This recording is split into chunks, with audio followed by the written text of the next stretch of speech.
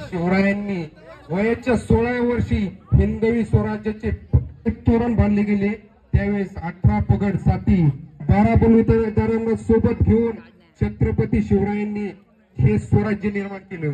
स्वराज्य निर्माण करताना शेजारी आदिलशाही, पलीकड मुघलशाही, इकडे डच, इंग्रज, पोर्तुगीज सगळीकडून वेढा राखलेला होता।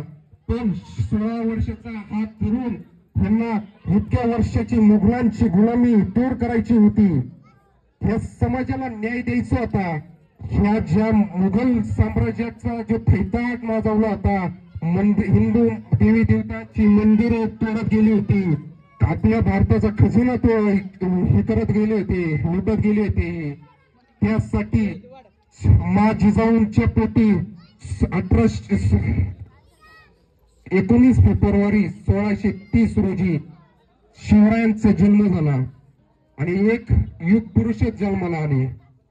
त्यानंतर यांनी पुण्या ते दिल्लीपर्यंत आपला झेंडा हे केला।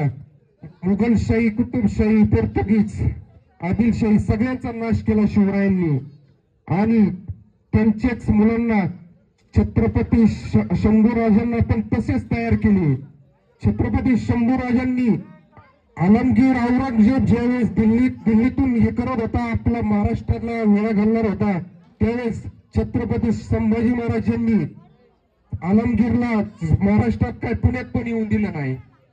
त्यामुळे छत्रपती शिवरायांचे एवढे उपकार आहे आपल्यावर। आपण 7 जन्म घेतले तरी महाराजांचे उपकार कधीच फेडू शकणार नाही। सगळ्यांवर न्याय केला, कुणी जात धर्म नाही। महाराजांच्या सैन्य दलात मुसलमान, माळी, नावी सगळ्या समाजाची 18 पगड जातीची लोक होती। महाराजांनी भेदभाव केला नाही। तर आजकालची लोक जातीवरून भांडायला लागलेत, धर्मावरून भांडायला लागलेत। आपले महापुरुष लोकांनी वेगवेगळे करून घेतले आहे। मराठ्यांचा छत्रपती शिवाजी, बौद्धांचा बाबासाहेब आंबेडकर, भरपूर वेगवेगळे प्रकार लोकांनी हे केलेले आहे। खरं म्हणलं तर त्या काळी एकत्र झालं, तसंच ह्या काळी पण एकत्र आले पाहिजे। धर्मच राहिला नाही तर जातीचं काय करायचं, हा पण मोठा प्रश्न आहे। इथून माझं छोटंसं भाषण थांबवतो। जय शिवराय, जय शंभूराजे, जय भवानी।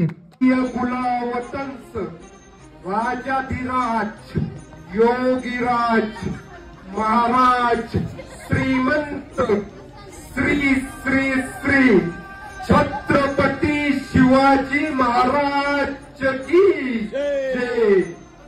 धर्मवीर संभाजी महाराज